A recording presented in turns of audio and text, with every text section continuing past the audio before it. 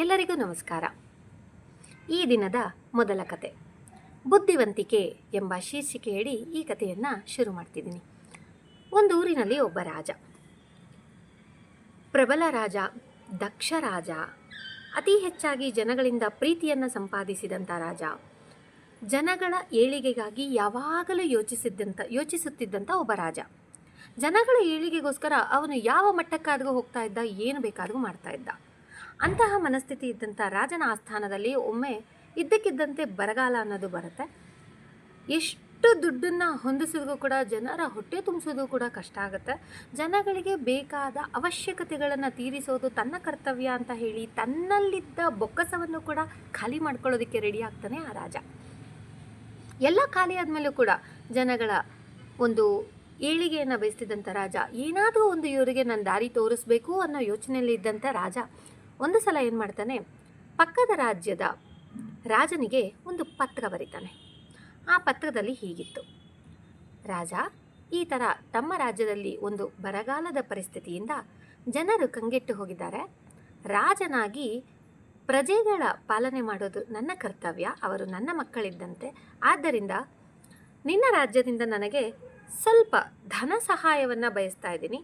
ಇದು ಅಪಾರವಾದ ಧನ ಸಹಾಯನೇ ಇಲ್ಲ ಅಂತ ಹೇಳಲ್ಲ, ಆದರೆ ಸದ್ಯಕ್ಕೆ ನನಗೆ ಅದರ ಅವಶ್ಯಕತೆ ಇದೆ, ದಯಮಾಡಿ ಕಳಿಸಿಕೊಡಿ ಅಂತ ಒಂದು ಪತ್ರ ಬರೆದು ಕಳಿಸ್ತಾರೆ. ಇದನ್ನು ಪಕ್ಕದ ರಾಜ ಏನು ಮಾಡ್ತಾನೆ, ಓಕೆ ಖಂಡಿತ ಆಗ್ಬೋದು, ಅದಕ್ಕೇನಂತೆ ಯಾವ ರಾಜ ಪ್ರಜೆಗಳ ಏಳಿಗೆಗೋಸ್ಕರ ಬಯಸ್ತಾನೋ ಆ ರಾಜನಲ್ಲಿ ಖಂಡಿತ ಕಲ್ಮಶ ಅನ್ನೋದು ಇರೋದಿಲ್ಲ, ಕೆಟ್ಟ ಯೋಚನೆ ಅನ್ನೋದು ಬರೋದಿಲ್ಲ. ಈ ರಾಜನಿಗೆ ಸಹಾಯ ಮಾಡೋದ್ರಲ್ಲಿ ಯಾವುದೇ ರೀತಿಯ ಒಂದು ತಪ್ಪಿಲ್ಲ ಅನ್ನುವ ಒಂದು ಭಾವನೆ ಬಂದಂಥ ರಾಜ, ಖಂಡಿತ ಆಗ್ಬೋದು, ನಿಮ್ಮಲ್ಲಿನ ಯಾರಾದರೂ ಒಬ್ಬ ನಂಬಿಕೆಸ್ಥ ಮಂತ್ರಿಯನ್ನು ನಮ್ಮ ಹತ್ರ ಕಳಿಸ್ಕೊಡಿ, ನಿಮಗೆ ಬೇಕಾದಂಥ ಹಣವನ್ನು ಹೇಗಾದರೂ ನಾನು ಕಳಿಸ್ಕೊಡ್ತೀನಿ ಅಂತ ರಾಜ ಉಲ್ಟಾ ಪತ್ರ ಬರೀತಾನೆ. ಸೊ ಈ ಪತ್ರವನ್ನು ಕಂಡಂಥ ರಾಜ ಮಂತ್ರಿ ತನ್ನ ಒಬ್ಬ ನಿಷ್ಠಾವಂತ, ನಂಬಿಕೆಗೆ ಅರ್ಹನಾದ ಒಬ್ಬ ಮಂತ್ರಿಯ ಕೈಯಲ್ಲಿ ಇನ್ನೊಂದು ವಿಷಯವನ್ನು ಹೇಳಿ ಕಳಿಸ್ಕೊಡ್ತಾನೆ. ಮಂತ್ರಿಗಳೇ, ನೀವು ಆ ರಾಜನ ಬಳಿ ಹೋಗಿ ಅವರು ಕೊಡುವಂತಹ ಧನ ಸಹಾಯವನ್ನು ಹುಷಾರಾಗಿ ಸೇಫಾಗಿ ತೆಗೆದುಕೊಂಡು ನಮ್ಮ ರಾಜ್ಯಕ್ಕೆ ವಾಪಸ್ ಬರಬೇಕು.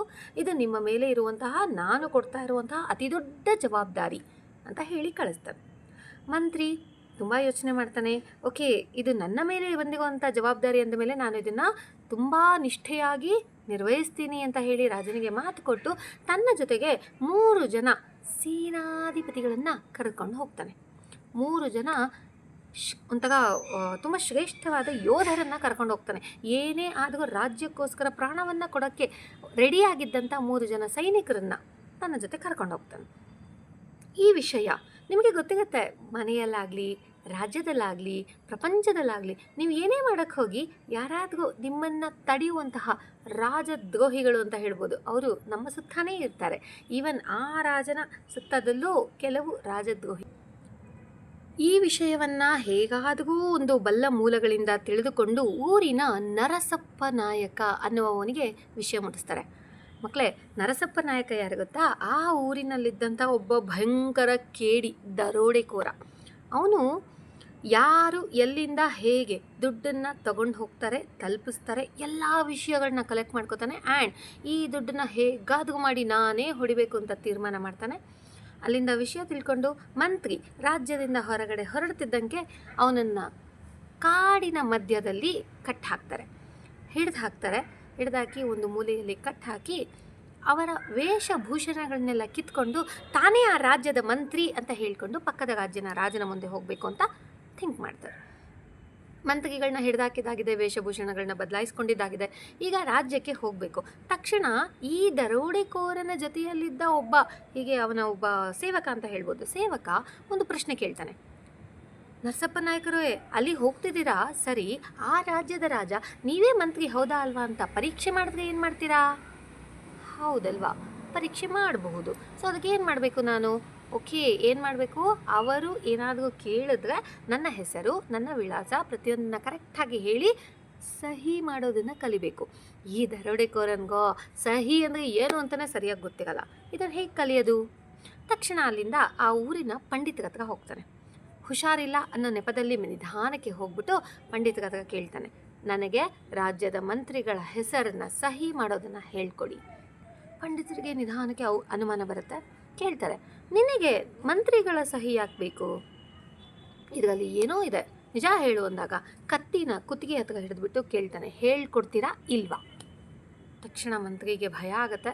ಖಂಡಿತ ಹೇಳ್ಕೊಡ್ತೀನಿ, ಆಯಿತು, ನನ್ನ ಜೀವಕ್ಕೇನು ಕುತ್ತು ತರಬೇಡ, ನನ್ನ ಪಾಡಿ ನನ್ನ ಬಿಟ್ಬಿಡು ಅಂತ ಹೇಳಿಬಿಟ್ಟು ಅವನಿಗೆ ಹಸ್ತಾಕ್ಷರವನ್ನು ಹೇಳ್ಕೊಟ್ಬಿಡ್ತಾರೆ. ಆ ಹಸ್ತಾಕ್ಷರವನ್ನು ಇಂಚು ಬಿಡದ ಹಾಗೆ ನೀಟಾಗಿ ಕಲ್ತ್ಕೋತಾನೆ ಈ ಒಬ್ಬ ದರೋಡೆಕೋರ. ಪಕ್ಕದ ರಾಜ್ಯದ ರಾಜನ ಹತ್ರ ಹೋಗಿ ಭೇಟಿ ಆಗ್ತಾನೆ. ರಾಜ ಈತನ ನೋಡಿ, ಈತನ ವೇಷಭೂಷಣಗಳನ್ನ ನೋಡಿ ಪಕ್ಕಾ ಇವನೇ ಮಂತ್ರಿ ಅಂತ ಫಿಕ್ಸ್ ಆಗಿ ಅವನಲ್ಲಿದ್ದ ಒಂದು ಆ ರಾಜ್ಯದ ಏನು ದುಡ್ಡು ಕೊಡಬೇಕು ಅಂದ್ಕೊಂಡಿರ್ತಾನೆ ಆ ಎಲ್ಲ ಹಣವನ್ನು, ಸಂಪತ್ತನ್ನು ಇವನಿಗೆ ಹ್ಯಾಂಡ್ ಓವರ್ ಮಾಡ್ತಾನೆ. ಹ್ಯಾಂಡ್ ಓವರ್ ಮಾಡಬೇಕಾದ್ರೆ ಆ ರಾಜ್ಯದ ಮಂತ್ರಿ ಬಂದು ಇವನ ಹತ್ರ, ನೀವು ತೊಗೊಂಡಿದ್ದೀರಾ ಅಂತ ಒಂದು ಹಸ್ತಾಕ್ಷರ ಕೊಡಿ ಅಂತ ಕೇಳ್ತಾನೆ. ಇವನಿಗೆ ಆಲ್ರೆಡಿ ಪಂಡಿತನ ಹತ್ರ ಕಲ್ತಾಗಿದೆ, ಇನ್ನೇನು ದೊಡ್ಡದು ಅಂತ ಹೇಳಿಬಿಟ್ಟು ಪಟ್ಟಂತ ಹಸ್ತಾಕ್ಷರ ಮಾಡಿ ಕೊಡ್ತಾನೆ. ಹಸ್ತಾಕ್ಷರ ಮಾಡಿದ 2 ನಿಮಿಷದಲ್ಲಿ ಇವನನ್ನು ಹಿಡಿದು ಬಂಧಿಸಲಾಗುತ್ತೆ. Notice the reason.